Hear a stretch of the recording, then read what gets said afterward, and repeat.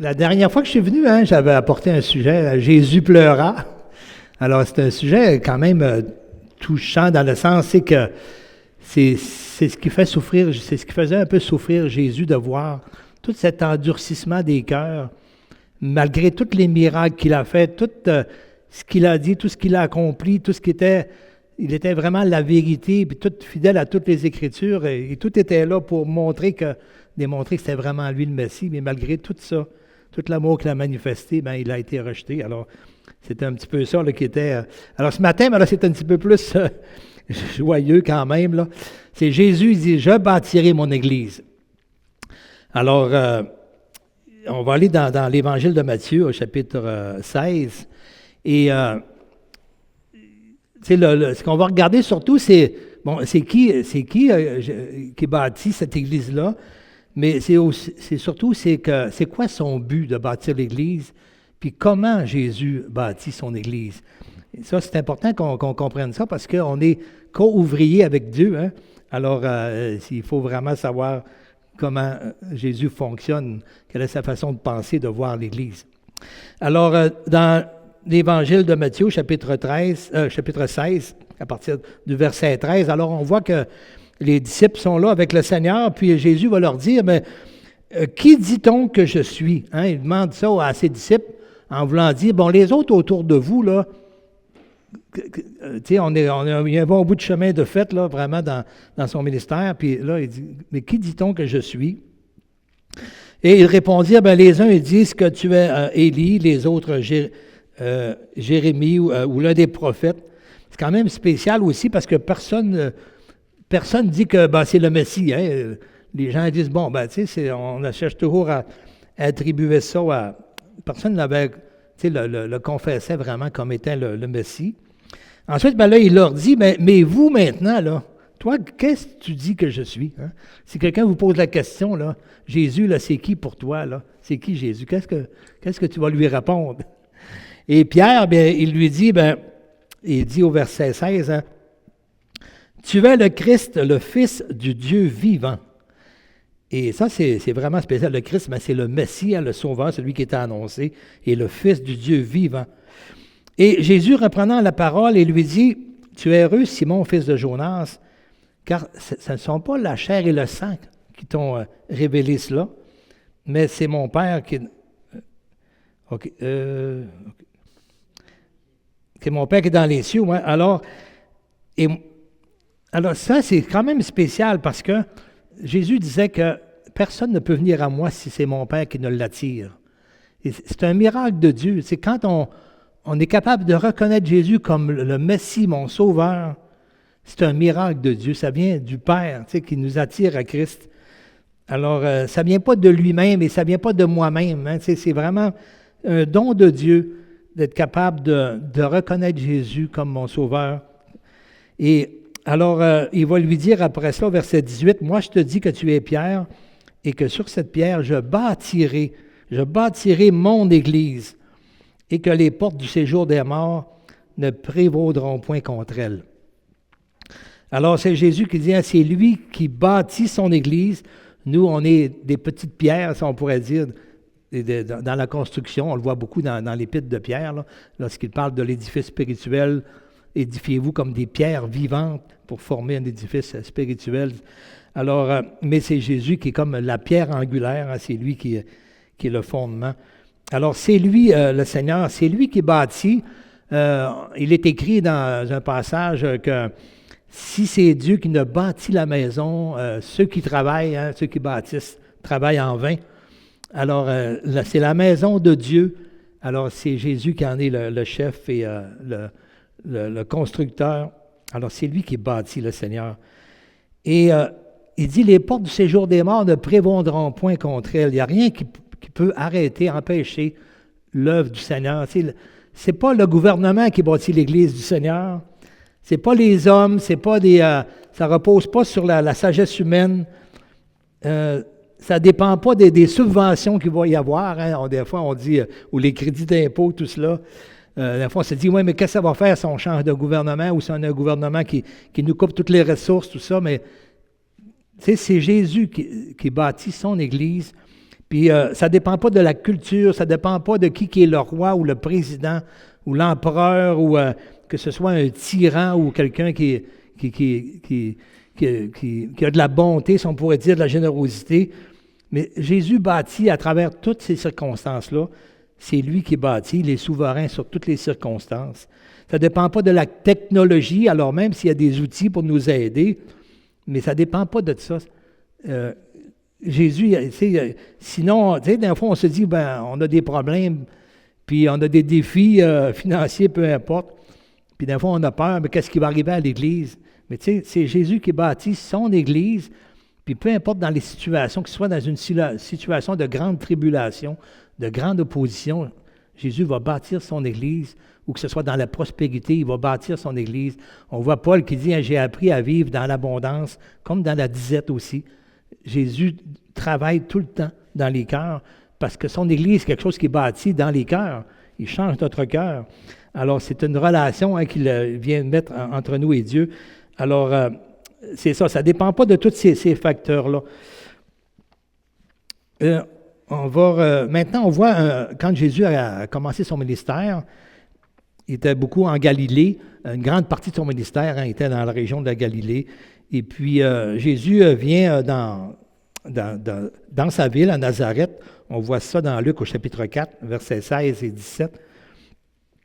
Jésus, il rentre dans la synagogue le jour du sabbat, qui veut dire le sabbat, c'est le repos. Et c'est Christ qui est le vrai repos. Il dit, venez vous tous qui êtes fatigués et chargés, je vous donnerai le repos. C'est lui, Christ, qui est le sabbat en tant que tel, qui est le repos. Et puis là, eh bien, il va leur dire, on lui remet le livre d'Ésaïe qu'il va dérouler là, à l'endroit où il est écrit. Et là, c'est dans Ésaïe 61, ça, mais là on le cite dans Luc 4. Là. Jésus il ne lira pas complètement 61, mais il va lire une partie, parce que Ésaïe 61, c'est un passage messianique qui parle de la venue du Messie. Mais il y a comme les deux parties. Il y a la première partie où Jésus vient dans sa première venue, et Jésus va s'arrêter là. Puis la deuxième, c'est quand il va revenir. Alors, Jésus, il va dire, bon, l'Esprit du Seigneur, l'Éternel est sur moi, parce qu'il m'a... Et là, on voit le but de son Église. Parce qu'il m'a oint pour annoncer une bonne nouvelle aux pauvres. Ici, c'est les pauvres de ne pas connaître Dieu, pauvres en esprit, comme on le voit dans les Béatitudes. Là. Il m'a envoyé pour guérir ceux qui ont le cœur brisé, pour proclamer aux captifs la délivrance. On est captifs par nos péchés, esclaves de notre péché. Et aux aveugles, le recouvrement de la vue. On est dans les ténèbres, dans la noirceur, on ne sait pas où est-ce qu'on s'en va.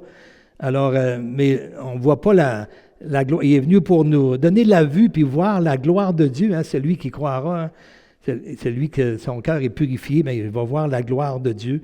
C'est ce qu'il avait dit à Marthe aussi, à Marie, si tu crois, tu verras la gloire de Dieu.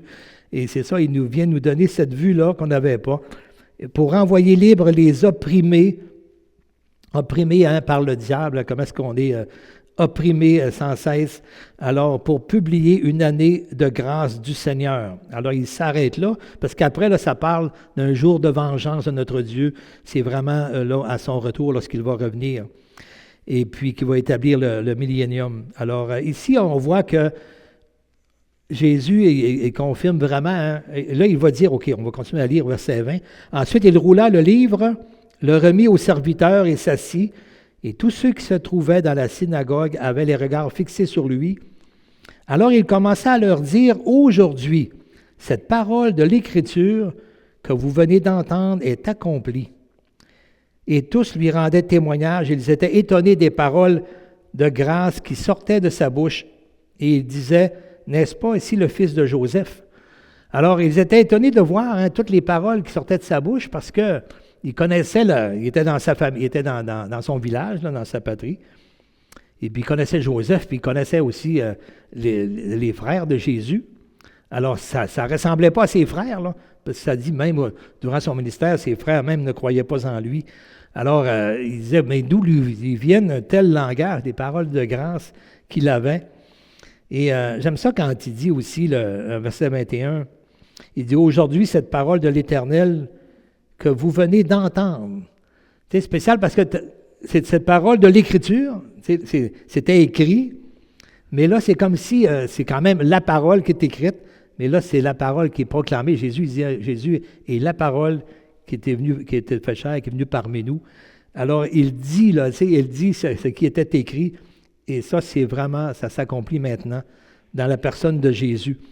Alors, on voit, c'est une bonne nouvelle. La dernière fois, j'avais apporté un peu, quand Jésus est venu sur le dos d'un âne, ça manifestait la paix. Quand il va revenir, c'était pas pour la guerre. Quand un roi vient pour la guerre, c'est sur un cheval de guerre, si on pourrait dire. Mais ici, avec toute son armée pour exercer la vengeance sur ses ennemis. Mais ici, il est venu vraiment pour la paix. Et on le voit, l'Esprit du Seigneur est sur moi. Et ça, c'était cité quand même plusieurs centaines d'années avant. Alors, c'est extraordinaire de voir aussi toute la cohérence entre tout ce qui est accompli, ce qu'on voit dans les Évangiles, dans le Nouveau Testament, et tout ce qui était annoncé d'un fois 700-800 ans avant et d'un fois plus encore. Alors, si on va maintenant dans Ésaïe, le chapitre 42, on voit un peu la même chose aussi ici. Ça va parler aussi de l'Esprit du Seigneur qui est sur moi. Alors, au verset 1, ça nous dit « Voici mon serviteur que je soutiendrai, mon élu en qui mon âme prend plaisir, et j'ai mis mon esprit sur lui. » Alors, on voit, ça reprend un peu les mêmes choses que dans Ésaïe 61. « J'ai mis mon esprit sur lui. Il annoncera la justice aux nations. Il ne criera point, il n'élèvera point la voix, il ne fera point entendre dans les rues. » Ici, on voit là, ce caractère doux et humble de cœur. Il n'est pas venu avec de la force, puis en criant, puis avec beaucoup de bruit, puis avec une grande puissance, mais il est venu avec douceur, avec humilité. Alors, c'est ce qu'on voit là aussi quand on le voit lorsqu'il il revient, rentre à Jérusalem là, sur l'âne. Alors, et puis quand on voit le verset 1 aussi, « Voici mon serviteur que je soutiendrai, mon élu en qui mon âme prend plaisir, en qui j'ai mis sur lui mon esprit. » On le voit, on le retrouve dans le baptême aussi, lorsque Jésus est baptisé. On voit ça dans Matthieu aussi, là, je n'ai pas donné les versets, mais quand on voit dans le baptême de Jésus, on voit que l'Esprit descend sur lui. Et là, il y a une voix qui se fait entendre qui dit « Voici mon Fils bien-aimé en qui j'ai mis tout mon plaisir, toute mon affection. » Alors, on voit ici, c'est tellement cohérent, ça confirme tellement que c'était le Messie qui était annoncé. Alors, au verset 3, maintenant, ça dit « Il ne brisera pas le roseau cassé, il n'éteindra pas la mèche qui brûle encore. » On voit aussi la douceur. C'est quelqu'un qui est brisé par toutes les circonstances de la vie, par toute la conséquence du péché, là, et puis toute l'oppression, toutes les injustices qu'on peut voir à cause du péché, à cause du rejet de Dieu. Alors, il ne brisera pas le roseau cassé, il n'éteindra pas la mèche qui brûle encore. Il annoncera la justice selon la vérité, et c'est ce qu'il a fait, hein, bien sûr. Et il ne se découragera point, il ne se relâchera point jusqu'à ce qu'il ait établi la justice sur la terre et que les îles espèrent en lui. Les îles, c'est toutes les nations, là, ou toutes les personnes qui sont isolées, qui sont, peu importe l'endroit, hein, le Seigneur, lui, va sauver. Et puis, il ne se découragera pas. Quand il dit que je bâtirai mon Église, puis les portes du séjour des morts ne prévaudront point contre elle, il n'y a rien qui va décourager le Seigneur d'avancer. Nous, des fois, on se décourage facilement, des fois, d'avancer dans l'œuvre du Seigneur, surtout quand on va, mettons, pour témoigner. Des fois, c'est un défi pour nous. Mais il dit, lui, il ne se découragera point, ne se relâchera point jusqu'à ce qu'il ait établi la justice sur la terre et que les îles espèrent en sa loi. Alors, Jésus bâtit, puis il n'y a rien qui peut arrêter le travail qu'il fait. C'est lui qui travaille. On n'est pas sans rien faire non plus, là, mais on est co-ouvrier avec lui, on va le voir dans d'autres passages. Mais c'est lui là, qui est le chef de l'Église. C'est lui qui bâtit. C'est sur lui que ça repose, l'Église. Alors, on comprend ici que ce n'est pas une bâtisse comme ici, là, mais c'est vraiment l'œuvre de Dieu dans les cœurs, hein, qu'il sauve. Alors, ainsi parle le Seigneur, il confirme vraiment que c'est Dieu, hein, qui parle, Dieu, l'Éternel, qui a créé les cieux et les a déployés, qui a étendu la terre. Alors, on voit que c'est vraiment le Seigneur qui parle et c'est ça qui va s'accomplir aussi. On voit dans 1 Corinthiens aussi, chapitre 1, Paul il va mentionner à quel point que, il va dire dans les versets 26 là, jusqu'à 31, là, il va dire que regardez parmi vous, mes frères, hein, qu'il y a il n'y a pas beaucoup de nobles qui sont appelés des grands, des puissants, mais Dieu a choisi les choses folles du monde pour confondre les sages. Dieu a choisi les choses faibles du monde pour confondre les fortes. En tout cas, la façon de Dieu de bâtir, de travailler, c'est important qu'on comprenne ça. C'est nous, des fois, humainement, moi, c'est ce qui m'a frappé quand j'ai lu la Bible pour la première fois, là. Ça m'a frappé le choix de Dieu aussi. Parce que humainement, je me disais, si c'est des hommes qui auraient écrit ce livre-là, mettons, fondé une religion, bien, ils auraient tout de suite choisi des chefs religieux, des chefs vraiment impressionnants, puis tout cela, là, avec beaucoup de charisme et de puissance, puis d'influence. Mais on voit que la manière de Dieu de travailler, de bâtir, c'est complètement différent de la sagesse humaine. Et ça, c'est important qu'on le comprenne, ça, parce que nous aussi, on est appelés à travailler avec lui, puis il faut qu'on comprenne la façon dont il travaille pour qu'on travaille de la même façon avec lui, pas travailler contre lui. Alors, verset 28, Dieu a choisi les choses viles du monde, celles qu'on méprise, celles qui ne sont point pour réduire à néant celles qui sont. Hein, on retrouve un peu comme on le disait tantôt, là, il n'éteindra pas la mèche qui fume encore. Des fois, on se dit, ma lumière est vraiment pas forte, là, la mèche est pas mal éteindue, la lampe, elle brûle plus, mais le Seigneur, lui, le Seigneur, il ne frappe pas sur le faible, pour dire, le disqualifier puis le rejeter. Au contraire, il vient à notre aide, puis chacun de nous, on peut en témoigner aussi dans notre propre vie. Alors,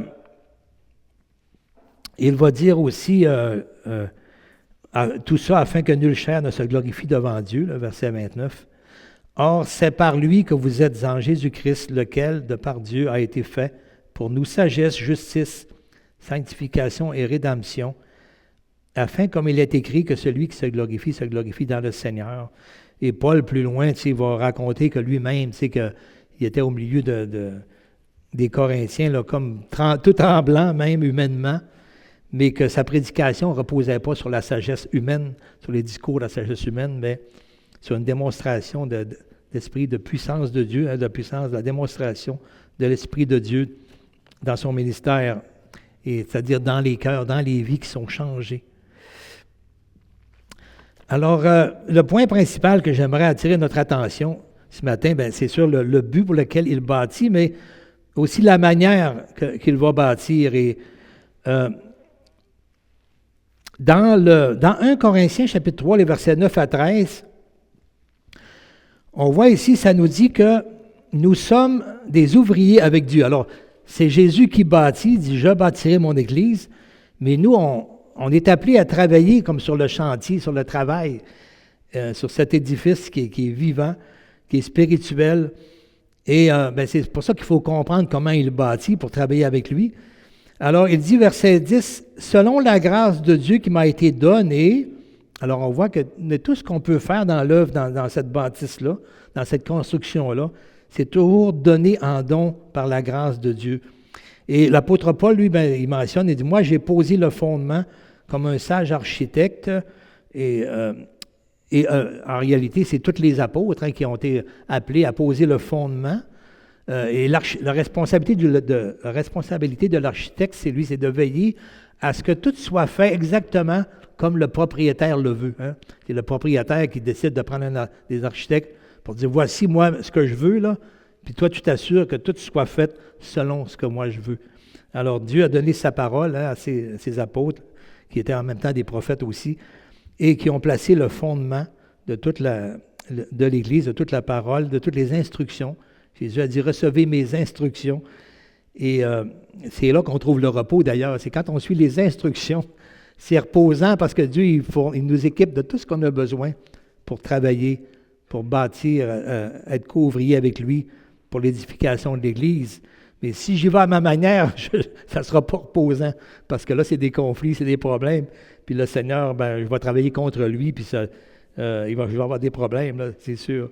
Le Seigneur va devoir mettre les freins, comme il a fait avec Paul avant sa conversion, au moment de sa conversion. Alors, c'est ça qu'il dit, j'ai posé le fondement comme un sage architecte, parce que c'est le don que Dieu lui a donné de le faire. Mais il dit que chacun prenne garde à la manière dont il bâtit dessus. Car personne ne peut poser un autre fondement que celui qui a été posé, savoir Jésus-Christ. C'est vraiment lui qui est à la base de tout, là. Or, si quelqu'un bâtit sur ce fondement avec de l'or, de l'argent, des pierres précieuses, du bois, du foin ou du chaume, l'œuvre de chacun sera manifestée. Alors, chacun va devoir rendre compte. Puis on voit, qu'il y a des matériaux qui passent l'épreuve du feu, comme l'or, les pierres précieuses, l'argent, tandis que le foin, le bois, le chaume, ça brûle, ça s'enflamme tout de suite. Alors, c'est l'épreuve de la foi, elle est là aussi. Le Seigneur nous fait traverser l'épreuve de la foi. Puis, si on travaille avec les instructions que le Seigneur nous donne, eh bien, c'est le fruit de l'Esprit qui est produit en nous. Eh bien, c'est comme l'or, l'argent, et ça va traverser l'épreuve du feu. Tandis que si je travaille d'une façon charnelle, eh bien, tout ça, ça ne vaut rien. Ce n'est pas le fruit de l'Esprit. Et puis, il ne restera pas de récompense de cela, là. Et alors, comme ça disait ici dans le verset 10, là, que chacun prenne garde à la manière dont il bâtit dessus. Ça, c'est tellement important. Et je vais vous partager un exemple dans l'Ancien Testament d'un personnage là, qui avait beaucoup d'importance dans le royaume lorsque David était roi. Alors, il s'agit de Achitophel. On retrouve ça dans 2 Samuel au chapitre 16. Et vous savez que Dieu l'a amené à être roi, puis à un moment donné, David a péché, il a commis l'adultère, puis plus que ça, même, il a fait mourir le mari de cette femme-là. Et c'est sûr, c'est un grand péché que David a fait. Et puis, il a perdu la crédibilité de beaucoup de personnes et de son fils Absalom, qu'on voit beaucoup dans ce chapitre-là, chapitre 16 et 17, et puis qui s'est révolté vraiment contre son père. Et puis, mais là, ici, c'est qui ça, Achitophel? Alors lui, c'était un conseiller de David. On sait que chaque roi, ou même des présidents, ou même un maire, a ses conseillers autour. Hein. Tous ceux qui gouvernent, ça fait partie de la sagesse d'avoir des bons conseillers. Si tu as des bons conseillers, tu vas bien diriger ton gouvernement ou les choses que tu as à faire. Si tu as des mauvais conseillers, des mauvais conseils, là, tu peux prendre des mauvaises décisions. Mais regardez ce que ça dit au sujet d'Achitophel dans le chapitre 16 au verset 23, dans 2 Samuel. Là. Il dit « Les conseils donnés en ce temps-là par Achitophel avaient autant d'autorité que si on a eu consulté Dieu lui-même. Il en est ainsi de tous les conseils d'Achitophel, soit pour David, soit pour Absalom. » Alors, c'est assez spécial, c'était un homme de loi, ça veut dire qu'il connaissait tellement la parole de Dieu, là, que tout ce qu'il disait comme conseil, on prenait ça, c'était comme si, c'est un conseil que Dieu nous envoie à travers lui. Alors, ça veut dire que c'est quelqu'un qui était vraiment un peu comme un docteur de la loi. Et alors, là, il est arrivé que Achitophel a donné un conseil à Absalom, on le voit ça au chapitre 17, qui suit on peut lire quand même les versets de 1 jusqu'à 4, là, OK. Alors, Achitophel dit à Absalom, « Laisse-moi choisir 12 000 hommes, je me lèverai, je poursuivrai David cette nuit même. » Alors, Achitophel s'était comme révolté aussi, malgré tout, contre David à cause de son péché. Et puis, il dit, « Je le surprendrai pendant qu'il est fatigué et que ses mains sont affaiblies. Je l'épouvanterai et tout le peuple qui est avec lui s'enfuira. Je frapperai le roi seul et je ramènerai à toi tout le peuple. et la mort de l'homme à qui tu en veux assurera le retour de tous, et tout le peuple sera en paix. Et cette parole plut à Absalom et à tous les anciens d'Israël. Alors lui, il donne un conseil. Tu sais, le problème qu'il y a, c'est que David, avec le, tu sais, c'est grave, qu'est-ce qu'il a fait? Est-ce que David méritait la mort? Tu sais, selon la loi de Dieu, si tu as commis l'adultère, tu as commis un meurtre en plus, c'est grave, qu'est-ce qu'il a fait? Oui, en réalité, légalement, selon la loi, quelqu'un qui a commis de telles choses mérite la mort. Et Achitophel, qui était un homme de loi, lui, mais tu sais, c'est facile de prendre la loi, puis de vouloir s'en servir pour notre propre vengeance, souvent aussi, là. Alors, Achitophel s'est tourné vers Absalom, et puis là, il a donné ces conseils-là. Finalement, Dieu est intervenu parce que Dieu, lui, il voulait sauver à David, parce qu'il voulait le restaurer, David. Il faut savoir que David, quand même, il s'était repenti. Après, il a reconnu, c'est pas que c'est pas grave le péché, mais il s'est repenti, hein, vraiment, il a regretté amèrement ce qu'il a fait. Il a demandé pardon au Seigneur.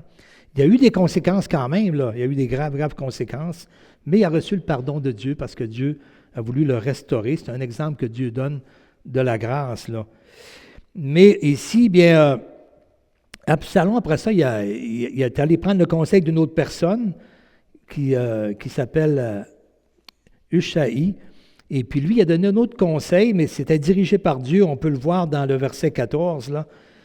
Absalom et tous les gens d'Israël dirent le conseil de Hushaï, l'Archien, vaut mieux que le conseil d'Achitophel. Or, l'Éternel avait résolu d'anéantir le bon conseil d'Achitophel afin d'amener le malheur sur Absalom. Et là, on peut voir au verset 23, là, Achitophel, voyant que son conseil n'avait pas été suivi, alors lui, il a mangé un gros coup dans l'orgueil, là, parce que lui, c'est chaque fois qu'il disait un conseil, on prenait ça comme si c'était Dieu qui le disait. Et puis là, bien, finalement, il s'est enlevé la vie. On voit ça au verset 23, là. Il sella son âne, il partit pour s'en aller chez lui, dans sa ville. Il donna ses ordres à sa maison, et il s'étrangla. C'est ainsi qu'il mourut, et ils l'ont enterré. Alors, on voit ici un homme qui... On voit ici là, le problème du légaliste, hein, quelqu'un qui est vraiment légaliste. La loi dit ça, c'est ça qu'il faut faire. Puis, Achitophel, il connaissait très, très bien la loi, mais il ne connaissait pas la grâce de Dieu. C'est ça qui est le problème.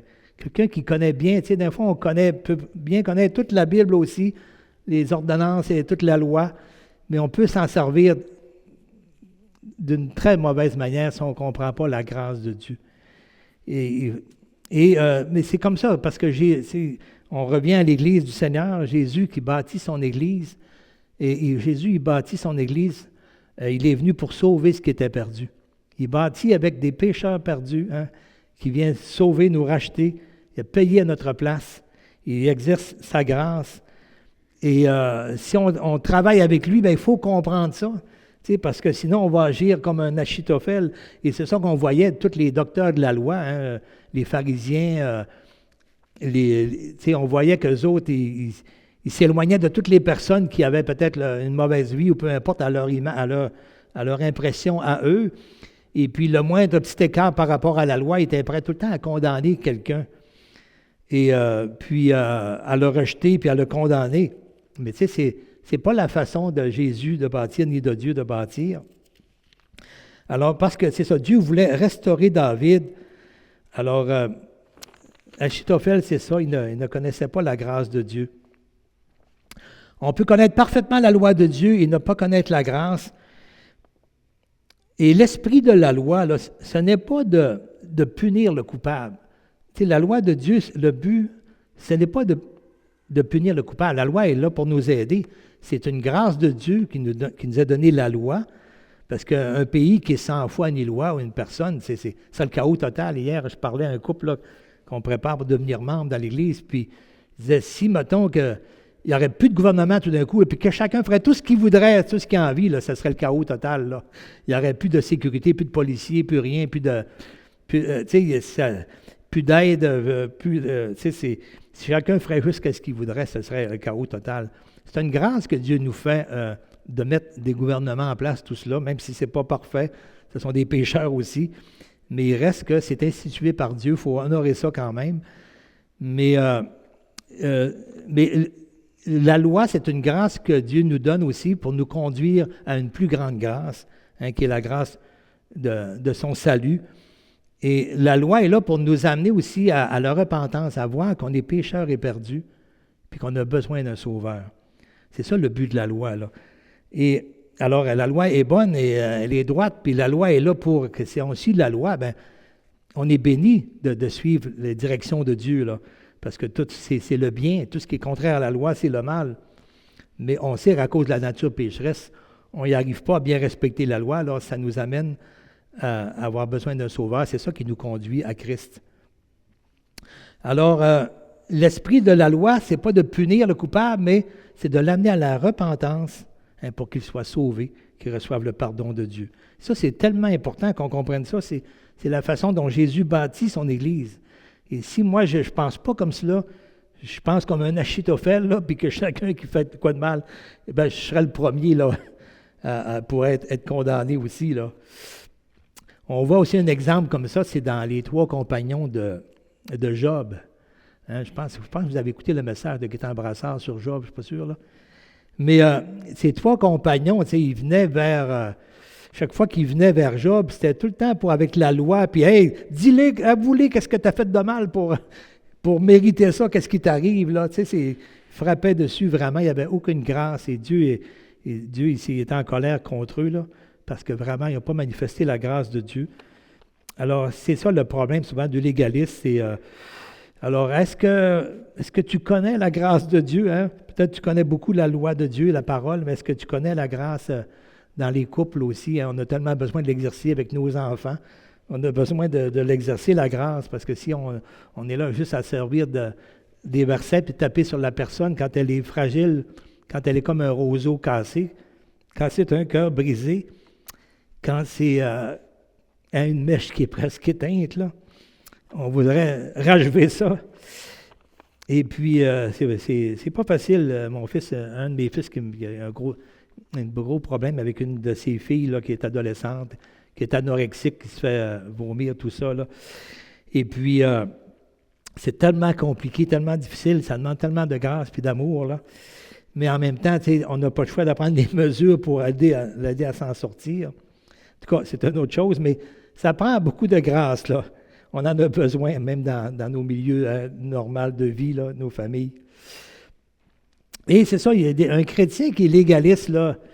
Il est tout le temps bougon, tout le temps choqué. C'est étonnant, ça ne marche pas comme je voudrais. Ah, je m'en vais d'ici, moi, je m'en vais.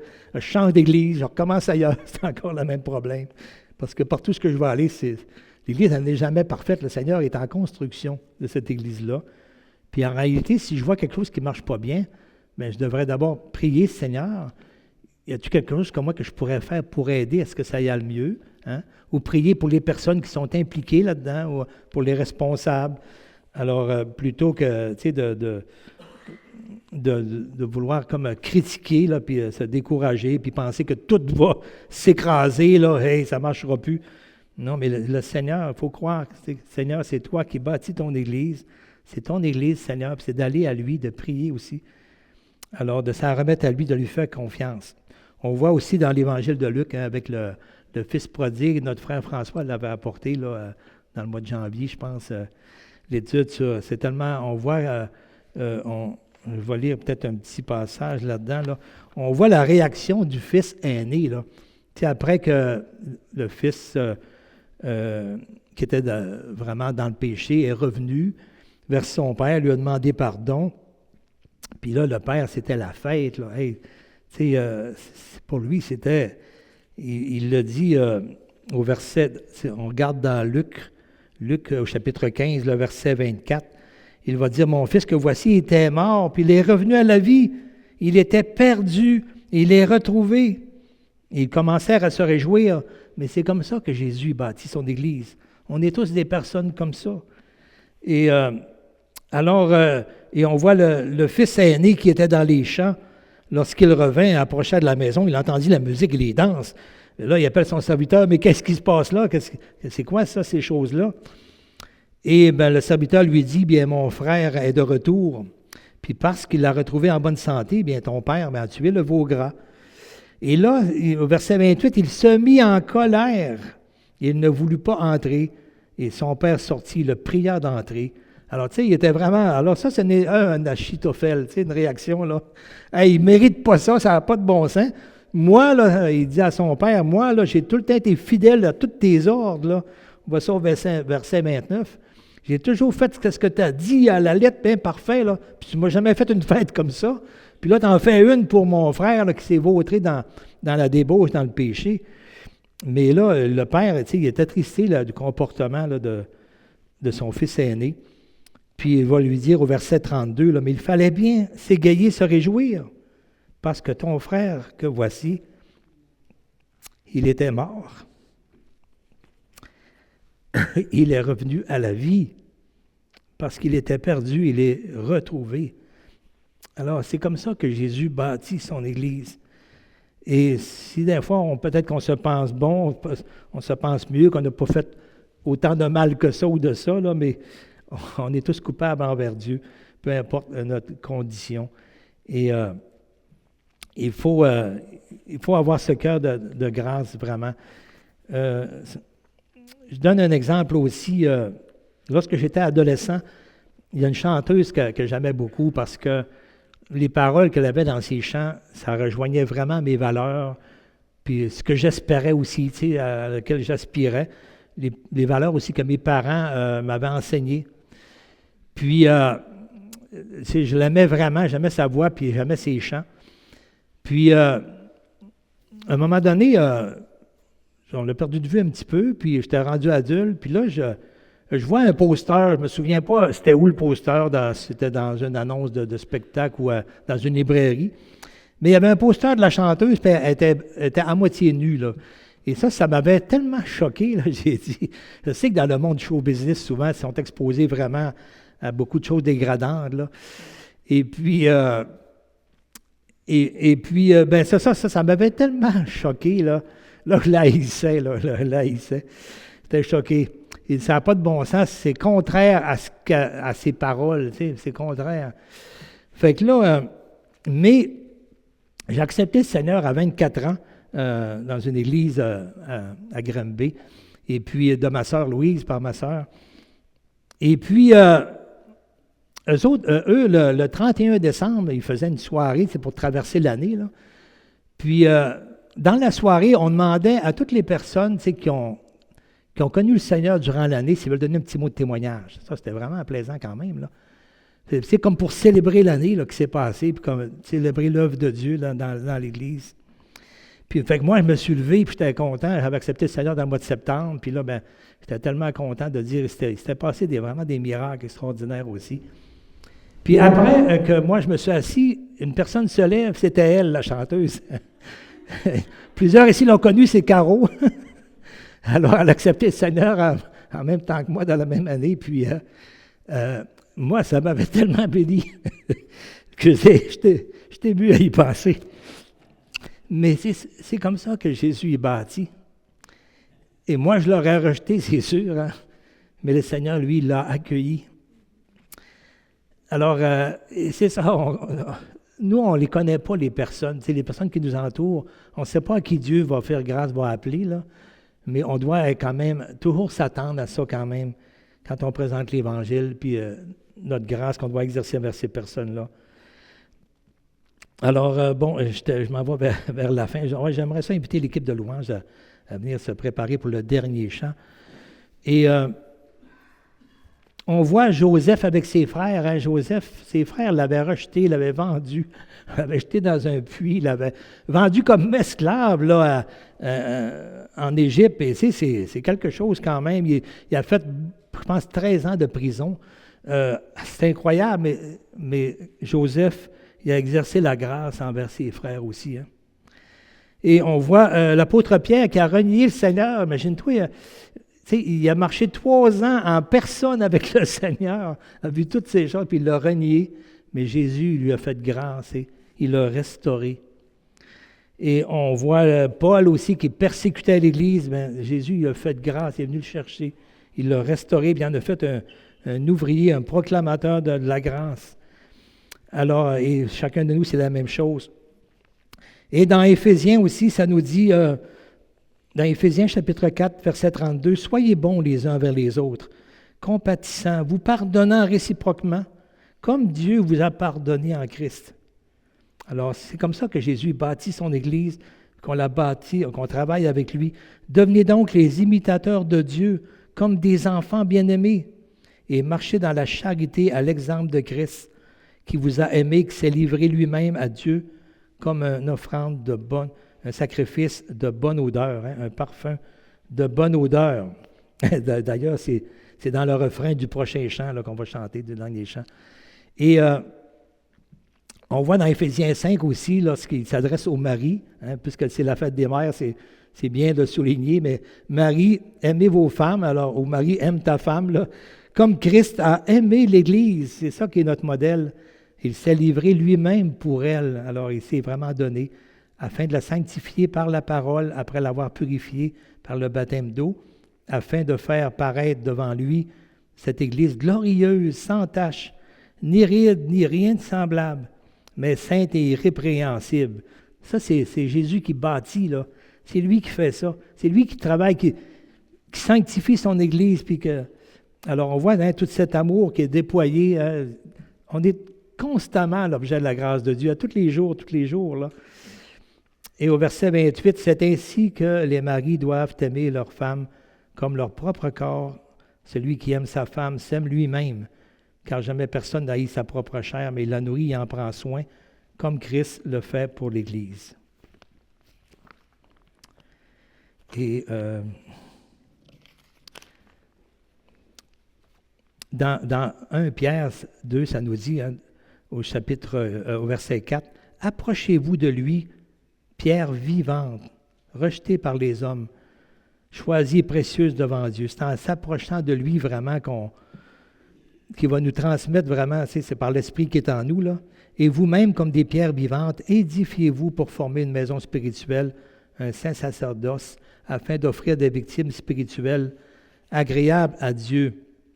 Car il est dit dans l'Écriture, « Voici, je mets en Sion une pierre angulaire, choisie et précieuse, et celui qui croit en elle ne sera point confus. Mais l'honneur est donc pour vous qui croyez, mais pour les incrédules, la pierre qu'ont rejetée ceux qui bâtissaient. » Vous avez vu, la pierre qu'ont rejetée ceux qui bâtissaient. Il y en a qui bâtissent, mais ce n'est pas sans le Seigneur. Ça ne marche pas, là. Ce n'est pas l'Église de Dieu, ça. Bâtir sans le Seigneur.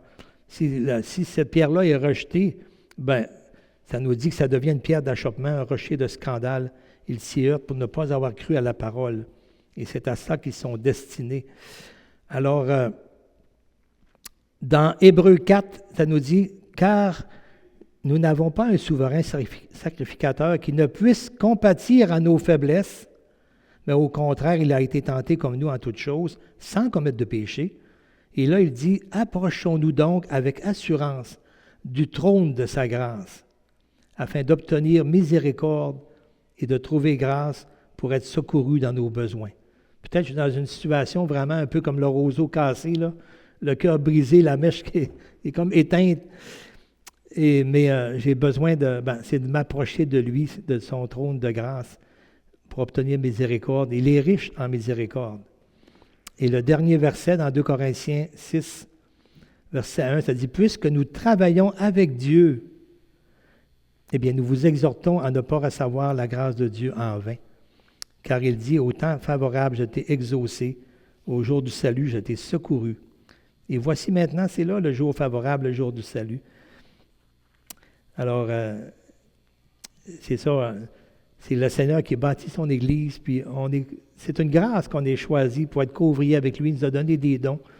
Mais ces dons-là, des matériaux aussi, il nous a équipés vraiment par son esprit, puis il nous donne toutes ces instructions, qui sont tous les matériaux à lesquels bâtir. Alors que le Seigneur puisse nous diriger à travailler avec lui, non pas contre lui, mais avec lui, en exerçant cette grâce-là. Je termine par la prière. Seigneur, je te remercie. Merci, Seigneur, de ce que c'est toi qui nous tiens dans ta main, c'est toi qui bâtis, c'est toi qui es le chef. Et c'est sur toi que repose tout le résultat, tout le produit final, puis tout le produit qui est en cours aussi Daigne nous donner de saisir cette grâce-là, Seigneur, cette bonté, cette richesse, et d'être capable de l'appliquer autour de nous, nos frères et nos sœurs, nos familles, nos amis, nos collègues de travail, peu importe.